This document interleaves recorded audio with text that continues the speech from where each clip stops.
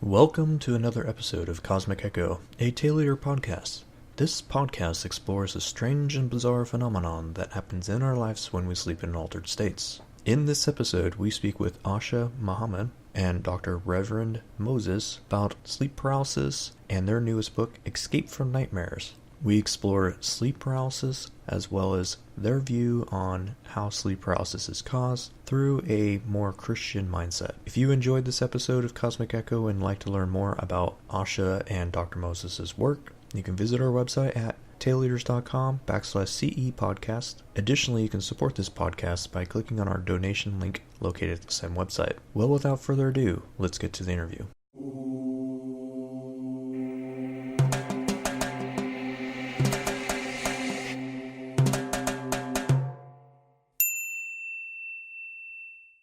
Thanks for coming on the show today and spending time with myself and the listeners. And glad to have you with us, Aisha and Dr. Moses, I think, and talking about sleep paralysis and your experiences, and as well as nightmares. So, Aisha, if you can give us a little bit of information about yourself and how you got interested in the subject. And I know you're an author, so you know why you wrote this book and why you're trying to help people. Okay. I am what could be described as an avid dreamer. I have some key dreams I remember that I had as a child, but from the early 20s on, and I'm now 36, I've been having like 5 to 10 distinct dreams a night usually. When I don't, it's the exception. With this came an experience with some recurring nightmares at a point in my life, as well as a battle with some very intense sleep paralysis, which led me to study and look into it, speaking with others who had similar experiences, aligning myself with others like my co-author, Dr. Reverend Moses. I found some common threads, and it's been a long time now that I haven't had sleep paralysis or nightmares at all. And I can link that to some of the things that we highlight in the book that I introduced into my life. And those are common threads with others I spoke to. So I thought about writing is something that I've always been interested in, and I work in the field of publishing. And the opportunity came to write a book about nightmares and how we might try to avoid them. And when I saw what worked in my life, and I started to hear others find the same thing, I thought, well, something that actually works.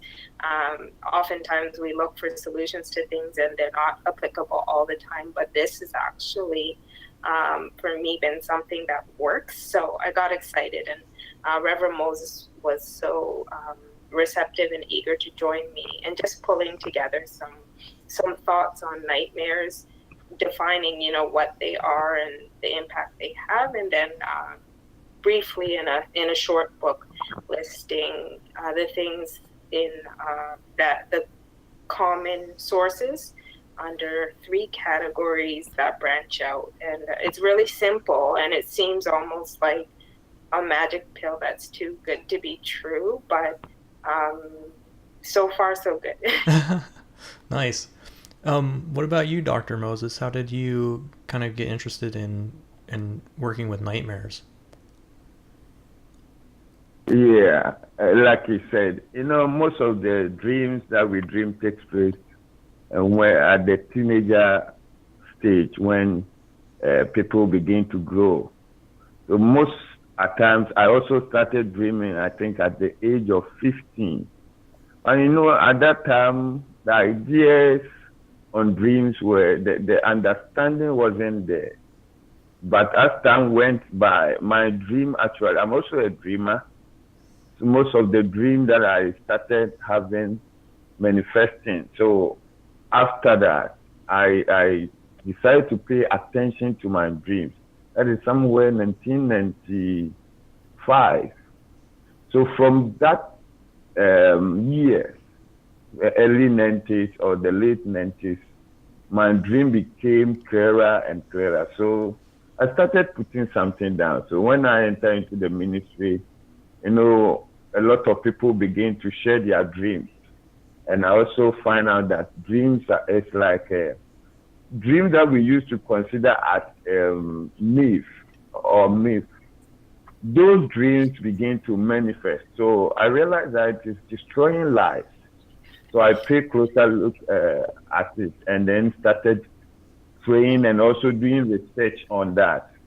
So for many years, I've been teaching on dreams on radios, addressing people in churches, just to pay attention to their dreams to avoid distraction. So dream, as we said, is a mechanic that is destroying lives. But you see, people still are ignorant on dreams and they don't heed to their dreams. So when the opportunity came that God connected me to Sister Aisha, it is then that we work on the dreams and also learn from your culture, because the cultural setting, like I said, our approach from the cultural perspective also. The cultural setting in Africa, the belief systems, the activities and the things that we do, they all contribute to dreams. And God comes to our level as human beings and use certain objects that will enable us to understand Him. But when you read the Bible says in Acts chapter 2, verse 17, the last passage, it says that the old men shall dream dreams. People give a different interpretation to that statement.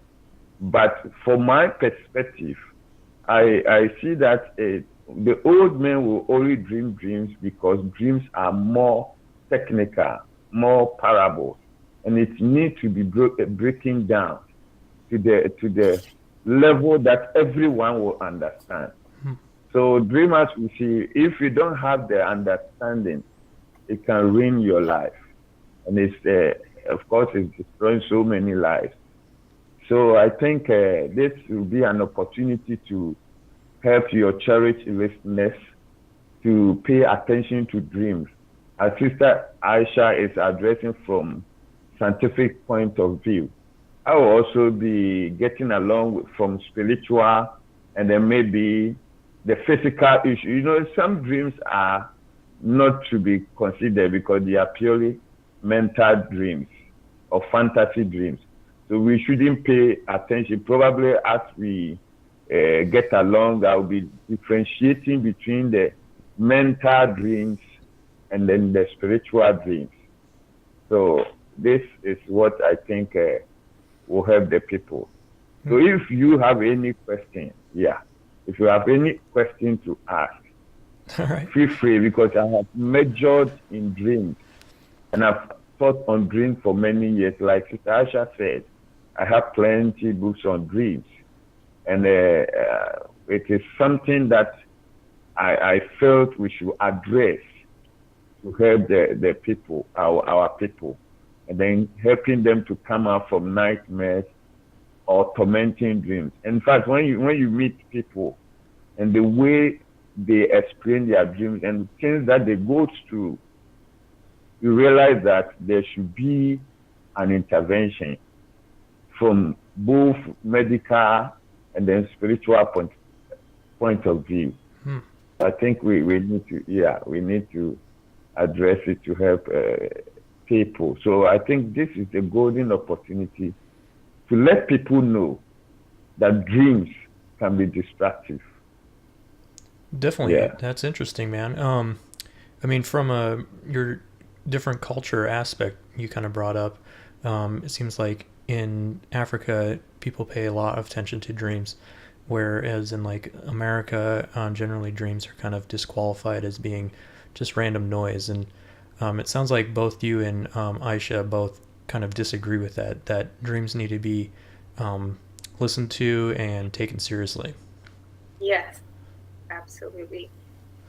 So I'm really interested to understand why both of you guys kind of focused on the nightmare aspect of dreams versus there's many different ways of exploring dreams, and most people are interested in like lucid dreaming or having big dreams, like more positive type impactful dreams. And I'm really interested why nightmares particularly are important to you, and why you've kind of gone this way to try to help people with nightmares specifically. It sounds like they had a huge impact in your life. Yes, well,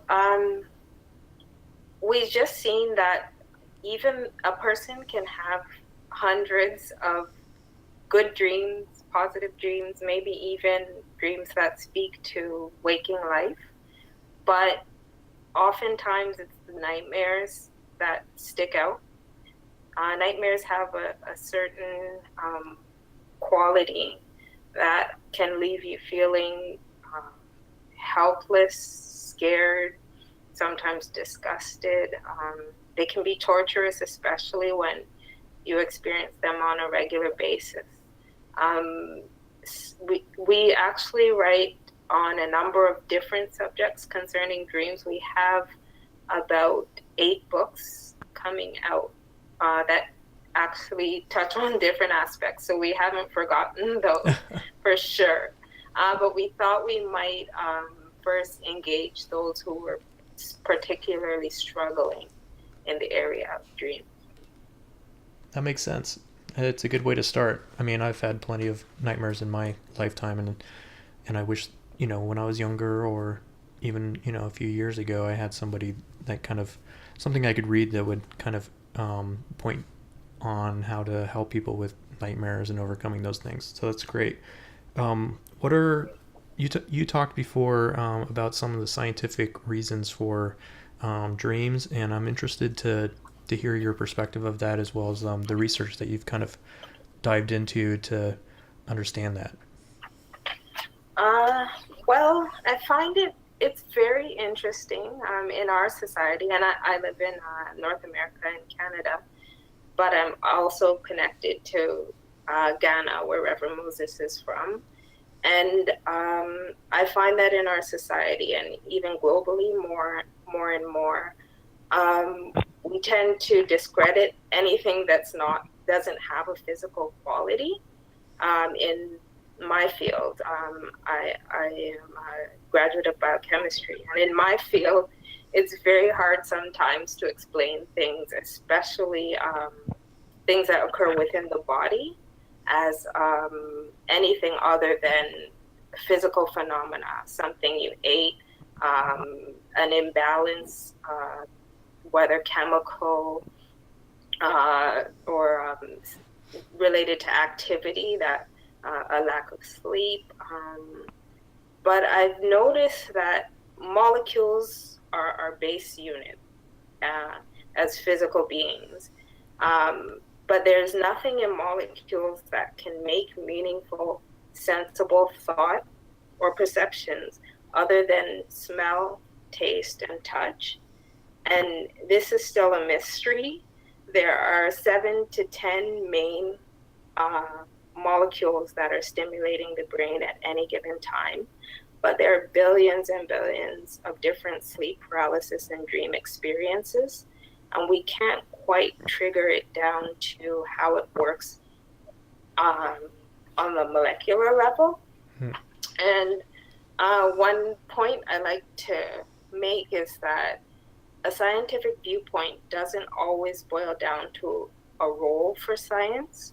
So a scientific viewpoint on dreams doesn't necessarily have to conclude that dreams are a scientifically explicable experience. Sometimes we study from a scientific angle, and rather we see a void where non-physical entities, the supernatural, the immaterial, God, the cosmic, must play a role. It's like a void, but we can explain it by physical principles. And so sometimes these make more sense to explain phenomena than traditional avenues that we would consider scientific. No, that makes sense. I want to reach out to Dr. Moses and see what he has to say about the sources of dreams. I guess, if you're saying that it's not a really if you can't explain everything in a dream state by scientific means, I guess what are the sources then of some of the dreams? Yeah. I think Sister Aisha has touched on the scientific aspect. The sources, I mentioned the three sources. Number one is the mind. And then number two, the demonic aspect. And then the three, the divine aspect. Now, the mind, as Sister Aisha has already mentioned, day-to-day activities are captured in the mind. So when people sleep, because the mind does not sleep, it creates dreams. It creates dreams. And most of these dreams are what we call the daydreaming or the fantasy dreams. It's purely imaginative dreams. So most of the times, because of these dreams comes as a result of the mind, a lot of people, even from the intellectual point of view, from psychological point of view, they view dream as a mere dreams and a mere fantasy. So the attention that is needed to be paid on dreams are ignored. So when that happens, it goes all the way to destroy. But actually, the mind dreams does not have any effect, except that the person who has the mental dreams or the mind dreams, the kind of information that they use to feed their mind contribute to such dreams. So anything that we watch, anything that we see, the informations or hearing of either nightmare or something can trigger mental dreams. But when it comes to demonic aspect, in the demonic aspect, the enemy use covenants. The covenant people make promises. When people are enter into secret society, enter into adultery, they make covenants, thinking that the supernatural beings can protect their families, or can make them rich, or can make them become famous in their town. So they make hidden covenants. When I say hidden, a covenant that are not easily exposed to the children or the next generation coming. So when they die, the rituals and the things that they do to free themselves or to protect them, it dies with them. And as a result of that, the devil also used those covenants to fight against the family. So interesting, most people make covenants, demonic covenants, but their children and wives suffer the more.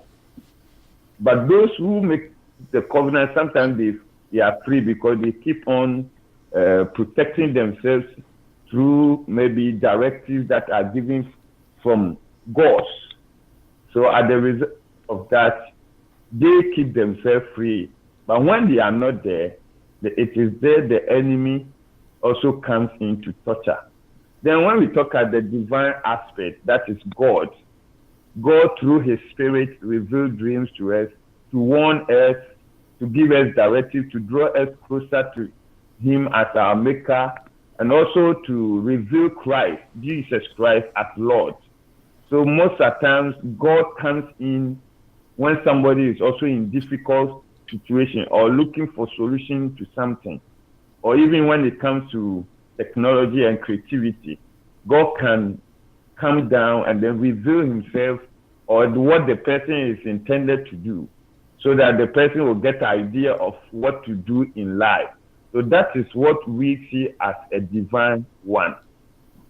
And it's broad, like we said. I don't know your time, but looking at the divine aspect, it can even take more time and then more hours. But God makes dream known to us. One, to warn us. Number two, to draw us closer to him. Three, so that he can protect us. And also, he also uses dreams in order to explain difficult situations or difficult things. And then when it comes to the invention, like I said, God revealed them through dreams. So most of the people who have created so many things, although they crack their brains, they think deep, but most of them, according to their experiences, they encounter divine dreams. And that is where whatever, most of the things that we see, some of the invention and the creative and technology that we see today are made possible because most of them experience them through dreams.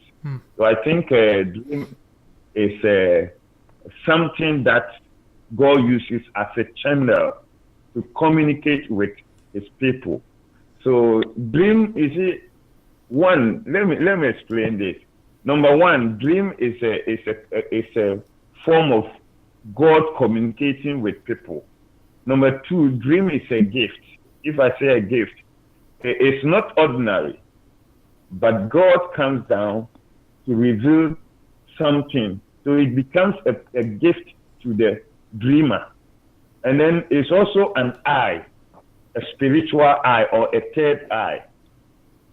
You see, to see into the spiritual world. Though we are living in the physical world, we are learning, we are seeing different subjects and different courses at different levels. But dream is an eye that enables us to enter into the spiritual realm, to know what happens in the spiritual world, and then to also assist us. Because when it comes to human being, we have three components of the body: the soul, and the spirit. The body is the shell, and the soul lives in the shell. And then the spirit communicates with God, and the soul is real you. That is, when we talk about the real you, that is the soul, and it consists of the mind or the intellect, then the will, and then the emotion. The will enables us to reason or take decisions, and then the intellect, the mind, help us in reasoning, and then the emotion help us to feel for others. So this is the area why God, sometimes interferes with human affairs. So God can use a dream to communicate to us through our spirit. So that is why when you read Bible, you can develop your spirit. People approach dream from different perspectives, and even these days, because of multidisciplinary approach, people trying to redefine everything, including dream.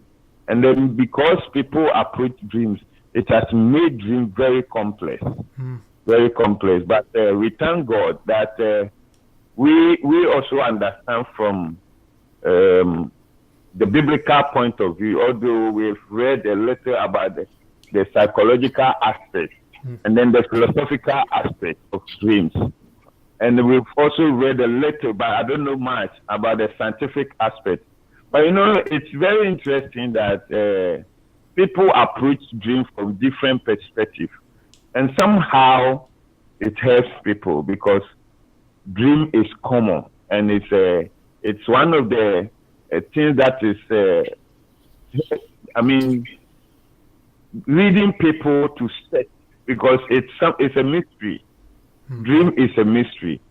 Yeah, it's a mystery. So people wanted to know what it actually means by dream, what triggers things, or what makes dreams reality.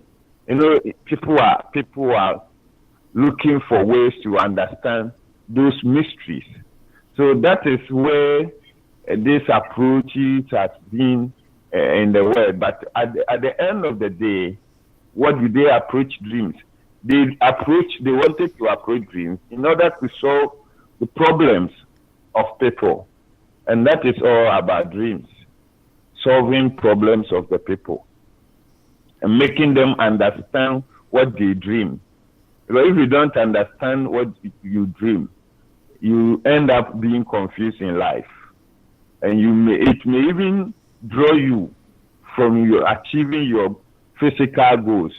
And there are certain things that will also you will also ignore, because at the end of the day, your dream can either make you success or unsuccess.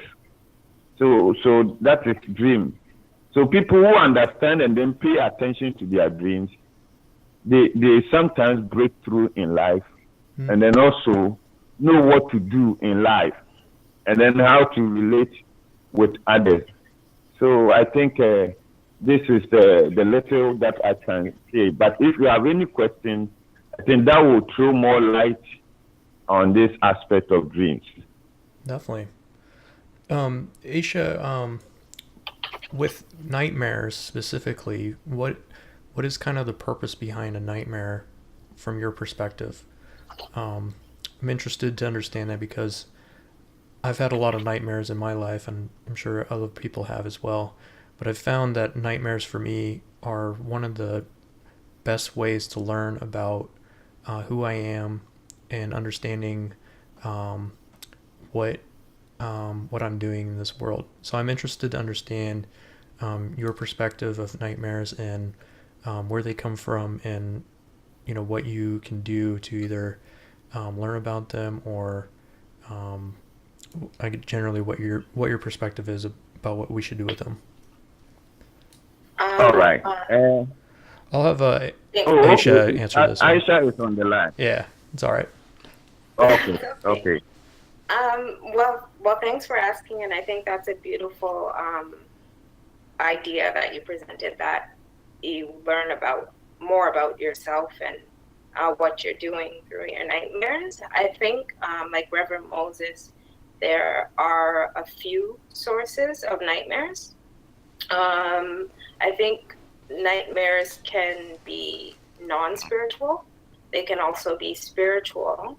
When we say non-spiritual, we might be talking about traumatic events, mental illness, emotional issues, poor self-care. Some of these these ones have been more readily studied than some of the spiritual sources I'll mention. But even still, there's a lot of mystery there. But those tend to be the ones that straddle the physical sphere. So mental illness, emotional issues, we know the emotions exist. But interestingly, I find that even more so than these, the spiritual sources tend to dominate a lot of the cases I've seen that have actually been resolved over time. It doesn't necessarily have to be demonic or satanic or occultic, but I do want to draw some special attention to those. But before that, I've got to say, some nightmares can come from God. God can communicate to us through, I believe, through dreams normally. But if he really, really wants to get our attention, and we don't see him coming down and talking to us, in the form of a man, dreams may be one of those ways that he has easy access to us. And so if something that we might encounter in the future, or that is going on in the spiritual realm now, might harm us or is really serious, he may use something that is so startling as a nightmare to kind of get our attention. And if we write down our nightmares, study trends, study symbols, God likes to talk in metaphors, symbols a lot of times, and I think sometimes he uses symbols to kind of evade. That way you know it's not Satan who might want to talk to you directly. With God, if we study him enough, we can get through the symbols and actually realize maybe that it was him. That just seems to be his style, talking in symbols or ways that can't easily be intercepted or masked by Satan. It requires a personal relationship with him. But yeah, sometimes they may be something good, so they're not all bad. But we found about 5 major areas that are sources of nightmares that are spiritual. There are the bad ones, the ones that most of us have been brought up to know certain things you do, certain things you don't do.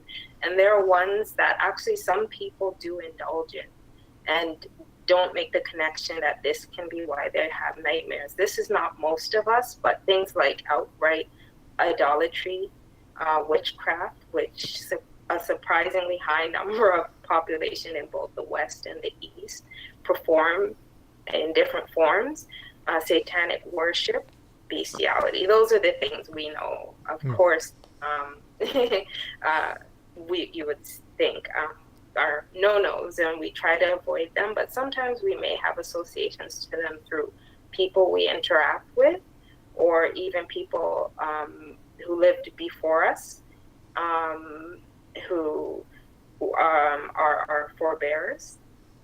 We may be under certain spiritual things. So there is a whole other world, the unseen world, the spiritual world, and certain transactions happen that can have impact on our waking and sleeping states. Other ones are the so-called okay ones that we kind of know are prohibited by the God of Abraham, Isaac, and Jacob that many people have heard of, but even in other religions, they're prohibited.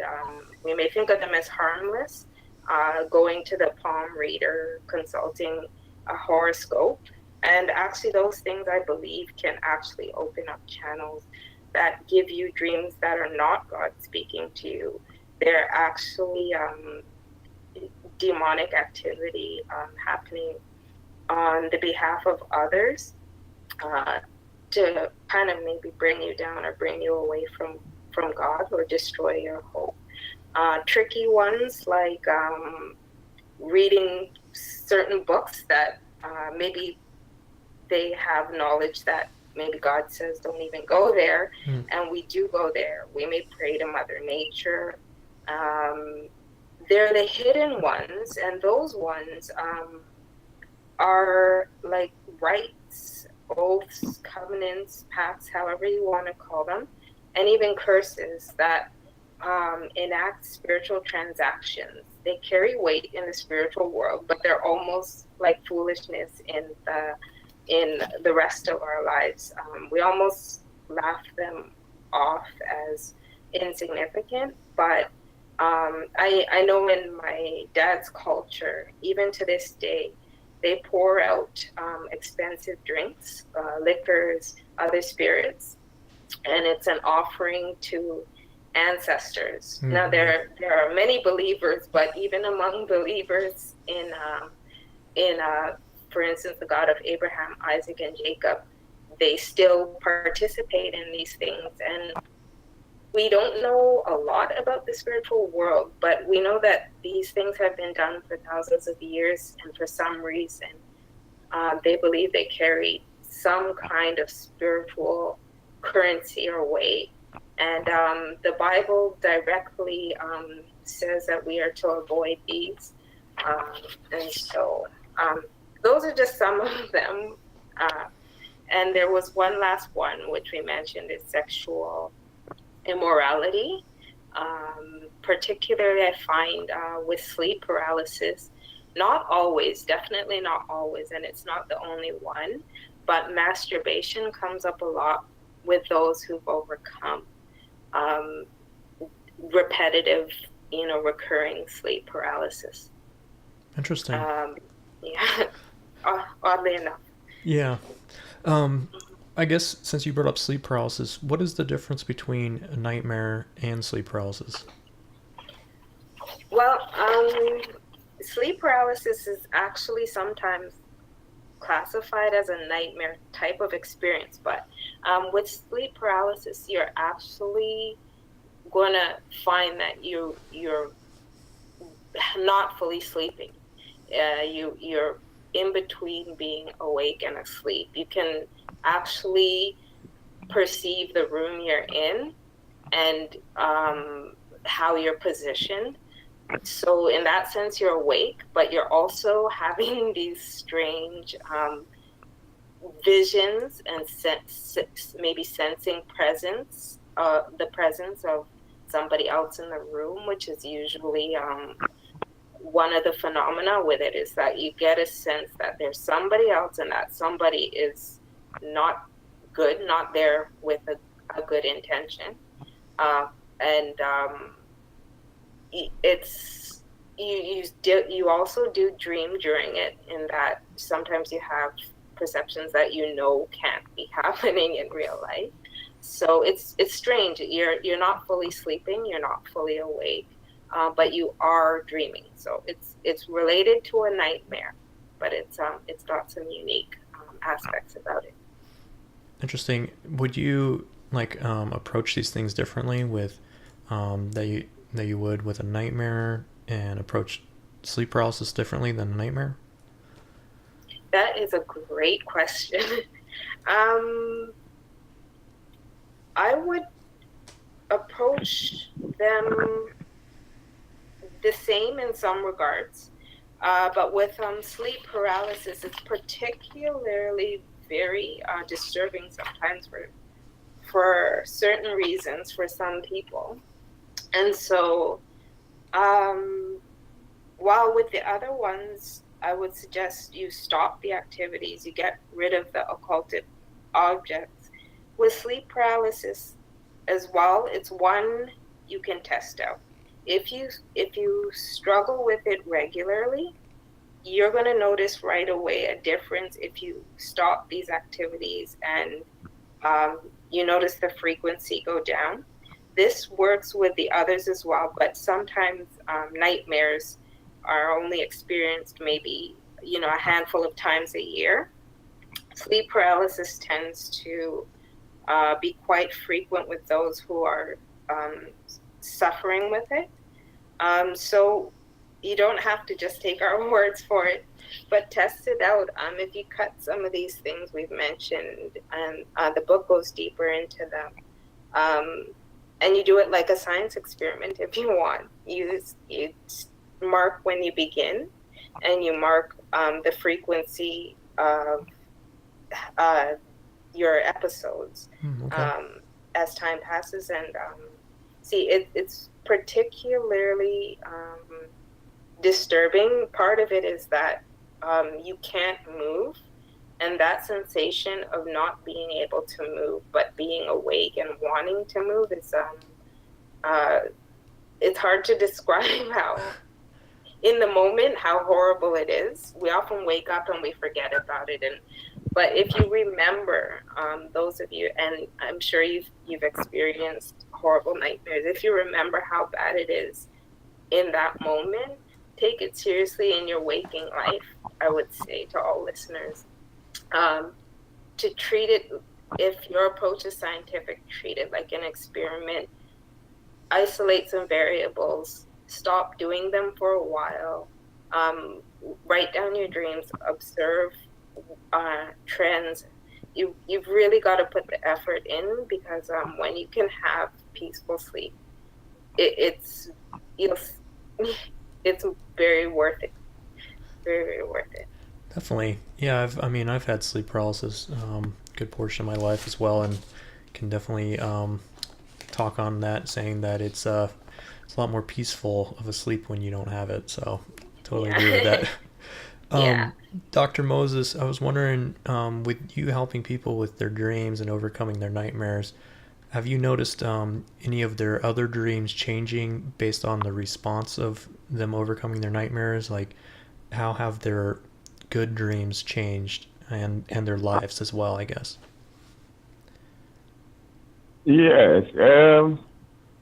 This kind of problem, as a pastor, we often address dreams from spiritual point of view as compared to the scientific method. people suffering from nightmares, because most of it comes as a result of demonic attacks, coming to the knowledge of Christ automatically brings solutions to most of these nightmares. And it's amazing that when somebody accepts Jesus Christ as his Lord and Master or Savior, some of these nightmares get vanished automatically. And there are some that need to, when those suffering, we need to counsel them. And then after the counseling, we also book them for deliverance, where a prayer session is organized to cast out the spirit from them, and some of them get free.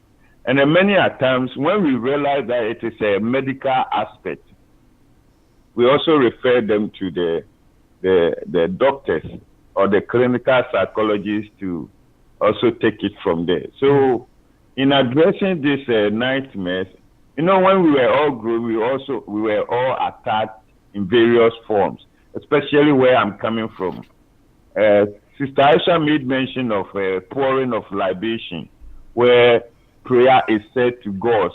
And in Ghana, in Africa at large, there are festivities that goes on every year.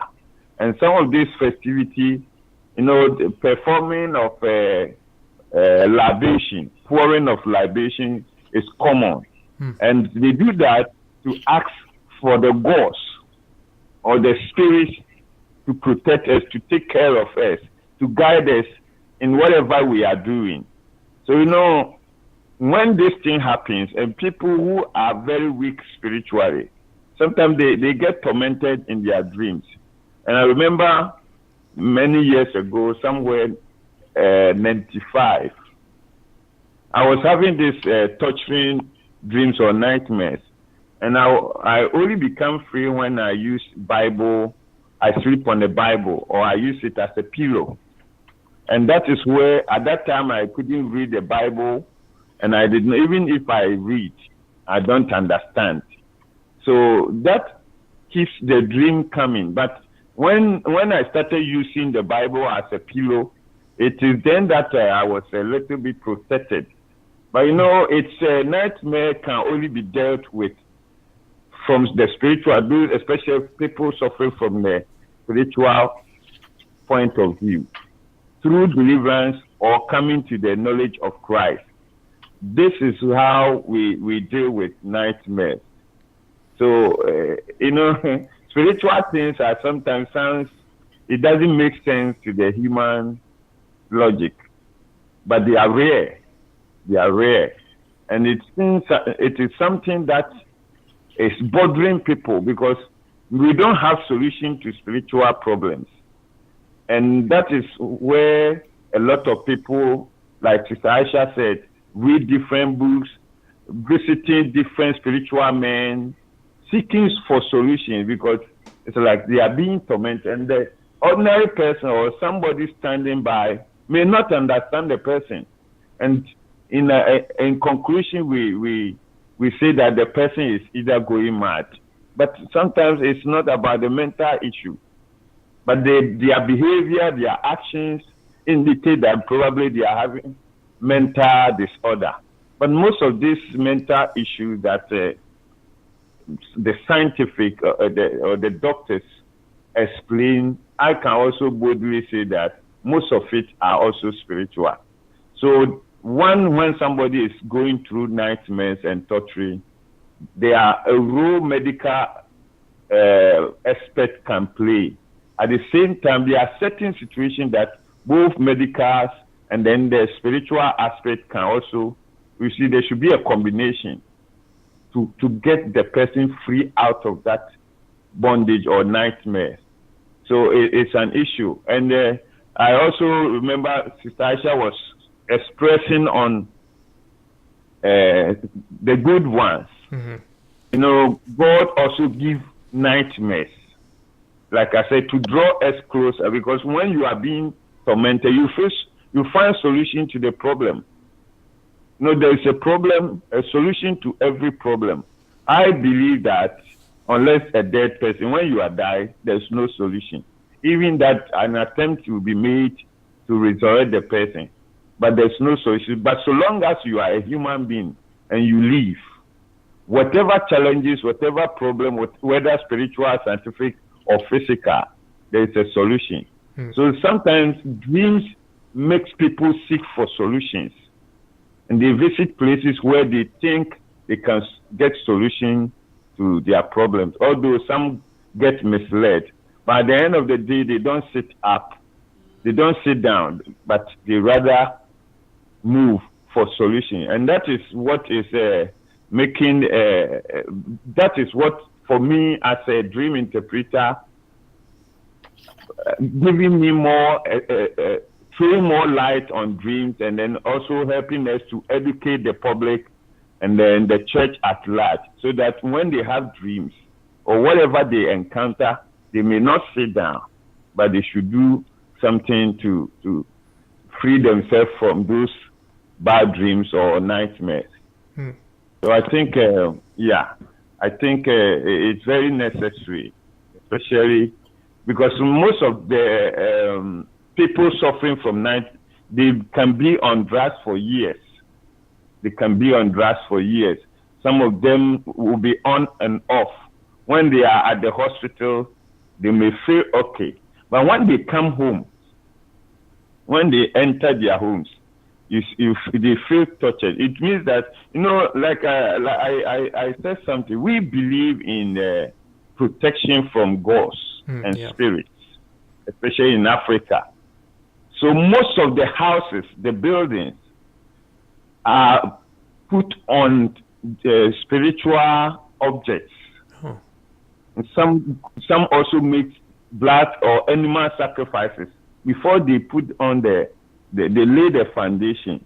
So people who stay in those houses, or people who rent those houses, get suffered. So when they are out of that house, they are free.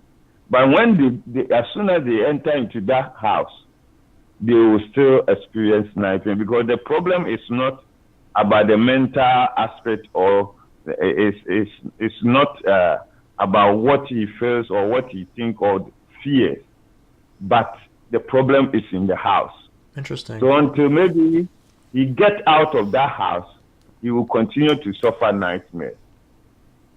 And these are some of the things that we are facing in Africa.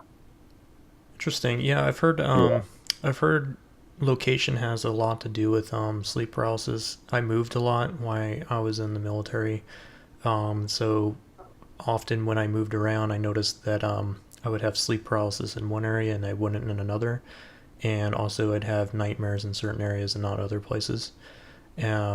Also feelings of like dread or somebody watching me in certain areas, also certain times as well, and that would change.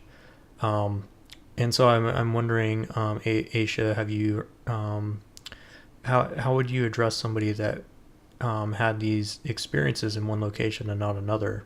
I mean, that's not really driven by their own psychological issues, or it's not really driven by spiritual issues. It seems like it's locational based.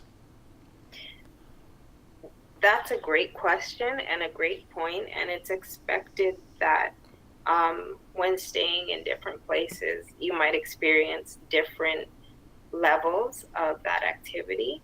I think it may still have a spiritual source, not of your own making or doing. It could be something tied to the location from very strange or untoward activity by somebody else who was there before, possibly.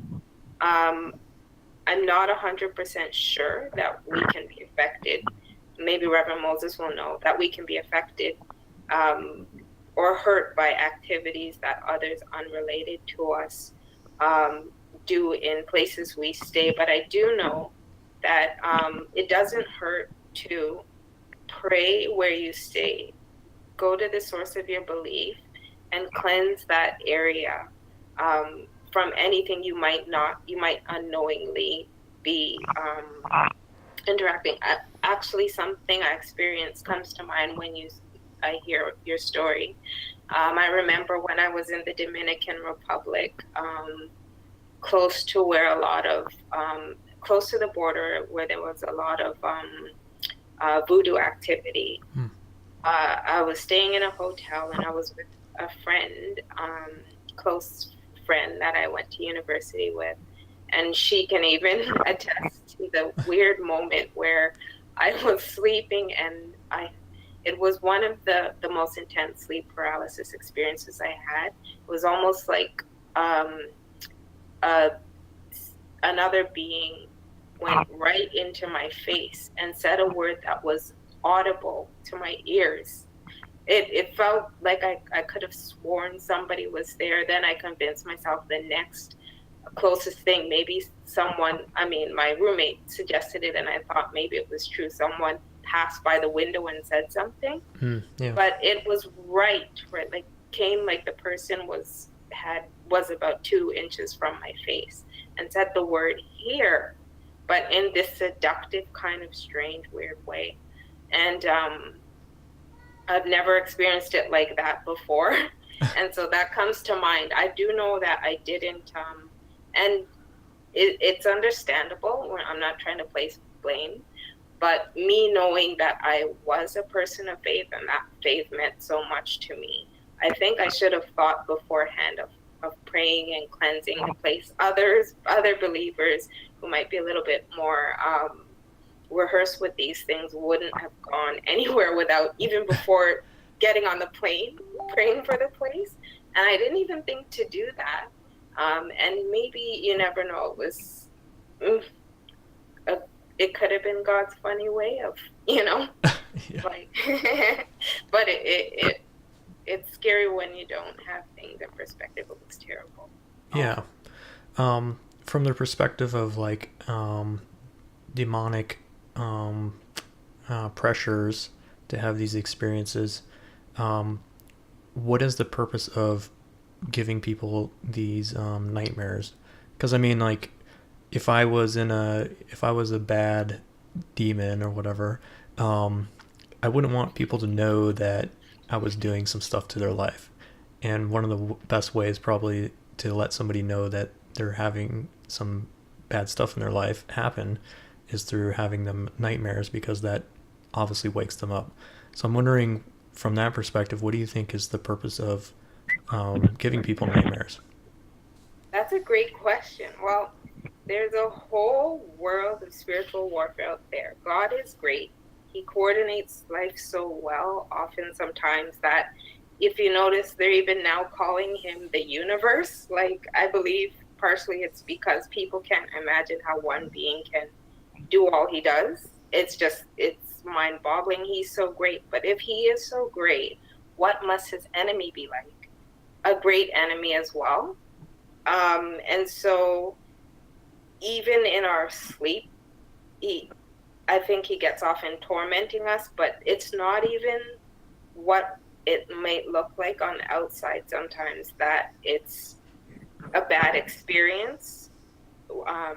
Experiencing the nightmare is bad, but I think it's even the devil's, as tricky as God is great.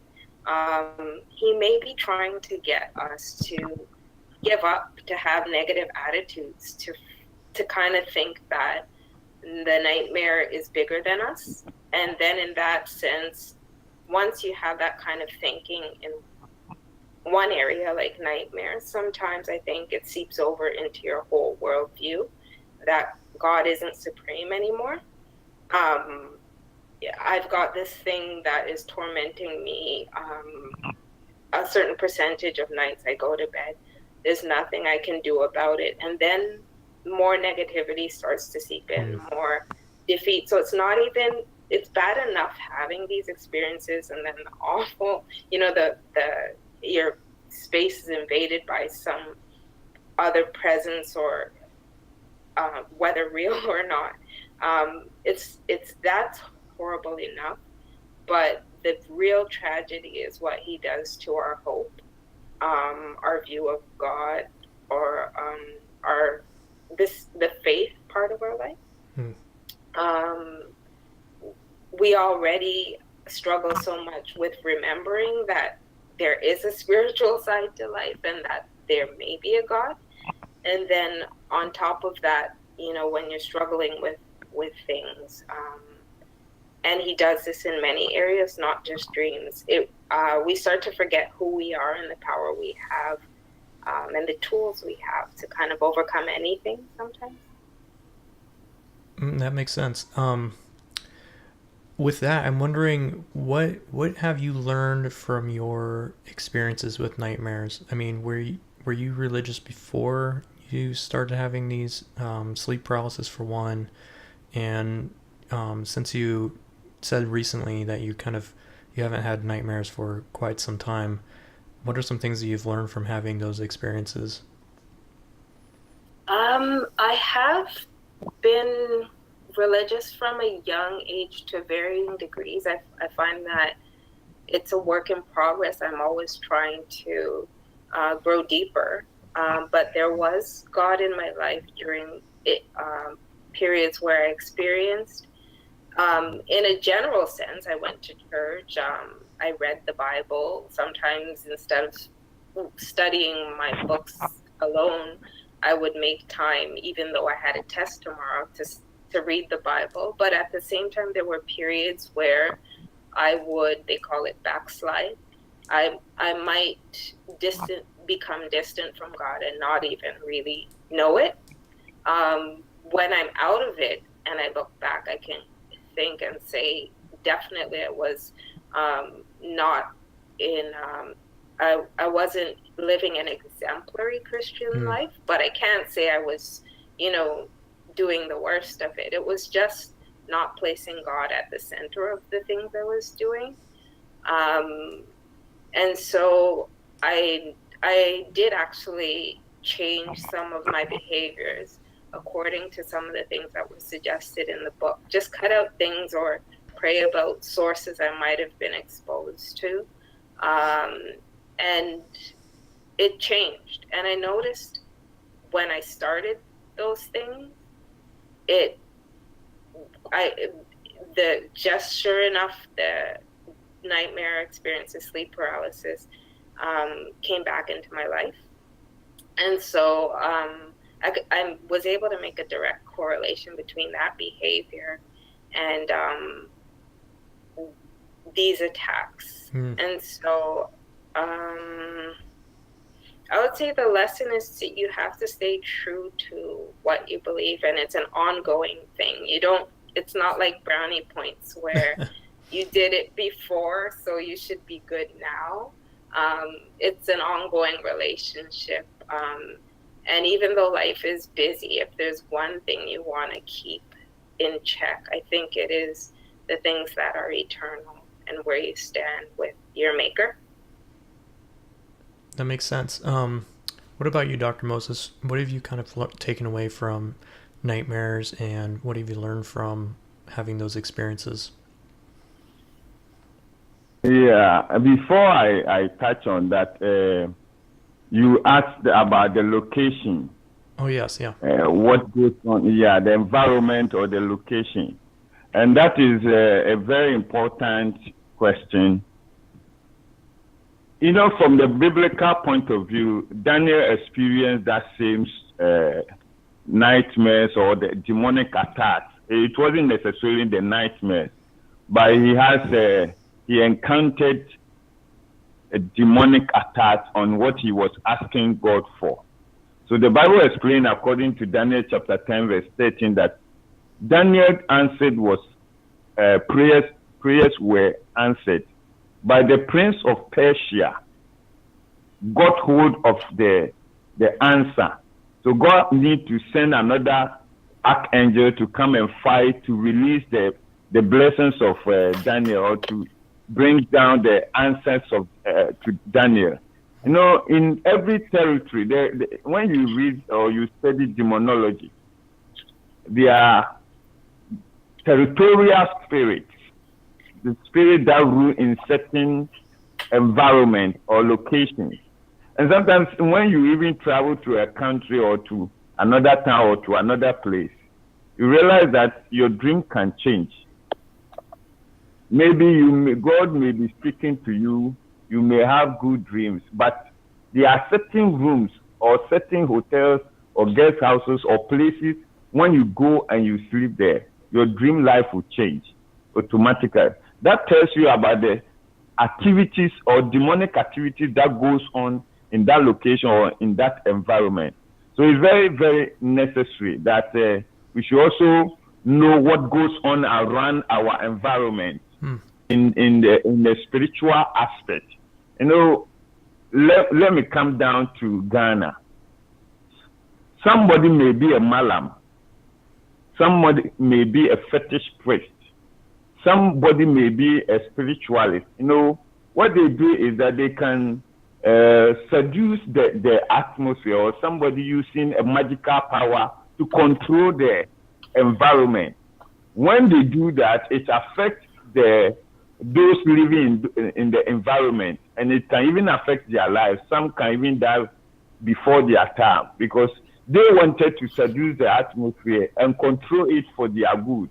They can prevent so many things, and they can even introduce sickness and all kinds of attacks. So when something of that sort goes on, it affects individuals, and it's likely people can have nightmares. So this is where a lot of prayer has to be said. You know, in Africa, we survive by prayer. You know, we survive by prayer. And it's very strange. While the whites are thinking, coming out with something, in Africa, if you don't pray, you will not get what you have.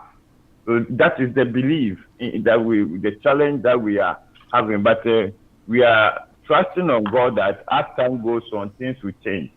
But concerning the nightmare issues and the attacks, various attacks that we receive in dreams, and then we also see the manifestation as we are discussing on nightmare. Like I said, prayer is the key. And then the person, you know, we try to, when you introduce somebody to Christ, it means that you want God to be master over the life of that individual. And that reduces attacks and then various casualties. So what we do is that because we have come to the knowledge of Christ, we have seen the power in the name of Jesus Christ. And the Bible says that at the mention of the name Jesus, every knees are bowed. So we believe, and it works, that there is power in the name of Jesus Christ. So whenever people come with these issues, and then we master the courage and the faith, and we pray for them in the name of Jesus, they receive their healing. And some receive instant healing, although some takes a process. But at the end of it all, they get their freedom from the nightmares that they go through. And that is what, we have experienced, and we see it every day. For instance, I was talking about, just last Wednesday, I was teaching on the stiffness in dreams, which is similar to what we are discussing. And sometimes people will not be like what you are. People cannot sleep because when it's night, they feel bad to sleep because they feel they will be attacked. So they cannot sleep. But let's sleep that they will have. They behave as if somebody is pressing them. There is a heavy load on them. And some of them start screaming. You know, they start screaming. And sometimes it spoils their day when they wake up. And they can't do anything. Some of them may even end up withdrawing from people, or even writing for resignation to get out of their work because they don't know what is controlling them. So this is one of the reasons why I think this very topic is very important, because people don't know. A lot of people go through this. Some families are getting affected. Some are always spending their days and so on at the hospitals. Some also go to prayer camps. You know, It's all boiled out to the knowledge that because we cannot draw a line between the medical problems and then the spiritual problem. That is also the unfortunate aspect of what we are discussing, because people are ignorant. They don't know what is even nightmare.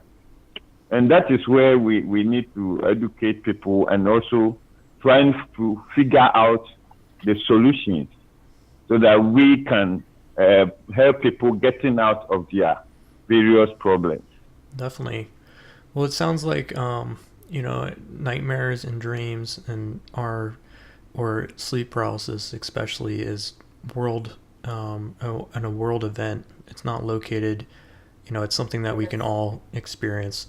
And I appreciate you guys. Yeah, I appreciate what you guys are doing, trying to help people in your own way, and people that believe the way you do as well. I think this is a great work to help those people out as well, and others as well. What are some good ways that people can get a hold of you and get a hold of your book? Actually, we have our book available as an ebook on our website. That's www.w as in way, T as in truth, L as in life, international.com. The book is called Escape Nightmares. Very soon we'll have some more up there on other aspects of dreams, as I mentioned. But if you wanted to ask any questions at all, you could email us at A as in apple, H as in house, at WTLIpublishing.com. Even if you wanted to get a hold of the book through there, if you have any trouble navigating through the website, just let us know how many you're interested in, and you can state what method of payment is suitable for you. Right. Feel free to ask us any questions. We're here to help, and we kind of just want to give what we found to be true, even though it may step on other toes, in a sense, and that maybe not everyone comes from a faith perspective.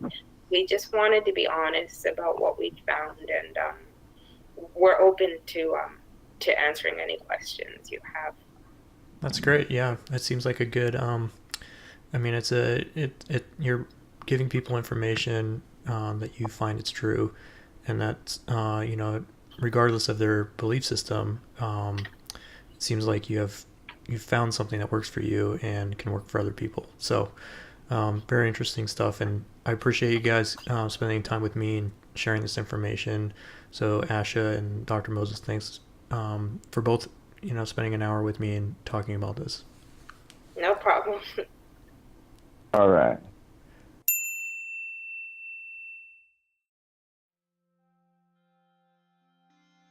If you enjoyed this episode of Cosmic Echo and would like to learn more about Aisha and Moses' work, you can visit our website at taileaters.com/CE podcast. Additionally, you can support this podcast by clicking on the donation page located at the same website. We look forward to bringing you additional episodes in the near future, but until then, happy dreaming.